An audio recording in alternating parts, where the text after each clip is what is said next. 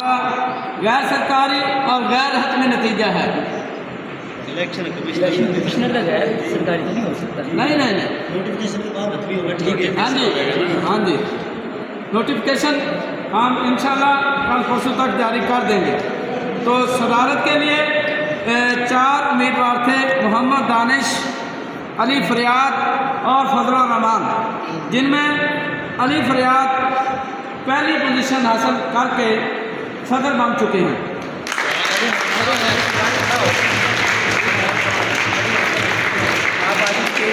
नायब सदर के लिए 4 उम्मीदवार थे, जिनमें रफ़ीकुद्दीन, अब्दुल बासित, मोहम्मद उस्मान फ़रूक और अब्दुल रहमान, जिनमें पहली पोजीशन रफ़ीकुद्दीन भट्टू ने हासिल की। ये नायब सदर के लिए जनरल सेक्रेटरी की सीट पर 2 कैंडिडेट ने मुकाबला किया, जिनमें इरसलान कासम और नुमान अहमद।